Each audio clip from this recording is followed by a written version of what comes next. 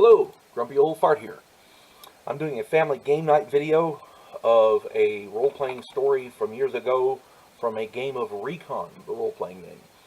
For those of you who haven't seen them, go check out my videos on Recon. Recon is a role-playing game of modern warfare. Starts out in Vietnam and works out. You can, if you survive Vietnam, you can work your way up into becoming a mercenary, a worldwide international mercenary, and it's a really fun game. We enjoy playing it. Now, every time I think about this particular story, I start laughing because it's hilarious. Years ago, I was running a Recon game. Most of my players were not, they weren't gun people. About half of them were teenagers. None of them had ever served in the military. So, over the course of several game sessions, some of my players were getting angry with me. They had survived Vietnam and had made it into becoming mercenaries. And so some of them were getting a little angry with me because every time they were in a game and the bad guys happened to have a 50 caliber machine gun, they were getting mad because the 50 caliber shoots through brick walls, it shoots through trees, old logs, cinder block, everything. It just slices right through it like a knife through butter, like a hot knife through butter. And the standard argument was, but they can't get me. I'm in a brick wall. It's a brick wall. I'm like, so 50 calibers machine guns are designed to shoot through light armor, tanks. So a brick building is nothing.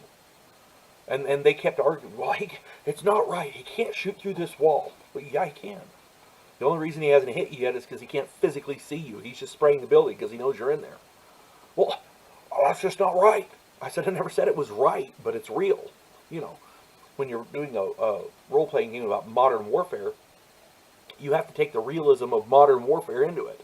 Otherwise, And, of course, they argued and argued and argued. And then a couple of movies came out, and these guys wanted to go see it, but their parents didn't have the time to take them. So I took two of these teenagers to go see the movie Saving Private Ryan. And in that movie, if you haven't seen it, I seriously urge you to check it out. I've done a video on it. There's an opening scene on the beach where the Americans are trying to move up the beach. They're assaulting Normandy on D-Day. And the enemy machine guns are just raking right through those steel pylons, I-beams that are set up as tank traps to try to keep the landing craft away. And the German machine guns are just slicing right through them. And these guys were just amazed. And they're like, I don't understand how that can happen. I said, well, that's what machine guns do. They're designed to do that. The next week, I had a married couple in the group, and they wanted to go see Pearl Harbor. And there's a scene in that movie, because I took them to go see it because they were a little short of funding, so I took them. And there was a scene in that movie where Japanese airplanes were strafing the ships at Pearl Harbor, and they were shooting. They're just slicing right through the bridge, the armor, steel walls, the armor plating on these ships, and the Japanese airplanes were slicing through them. And they were like, "Well, I don't see how that could happen." And I said, "Well, yeah, I mean, that's what they're designed to do." Well, they can't do that. Well, yeah, they can. It's pretty common, So after that, we sat down the next week to play our Recon game. And every time that anyone on a mission spotted a machine gun in the back of a Jeep or on a vehicle or whatever, immediately, we gotta get out of here, abort, they've got a machine gun, let's get out of here. They didn't want to play.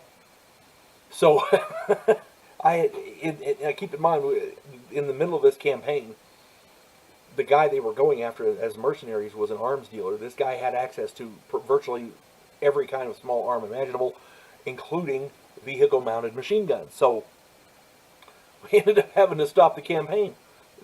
Watching those movies ended our Recon campaign because every time they saw a machine gun, abort, we got to get out of here. They've got a machine gun. It may not even have been a 50 caliber. If they didn't care. They were done. Abort. Effectively ended the Recon campaign. Thank you, Tom Hanks.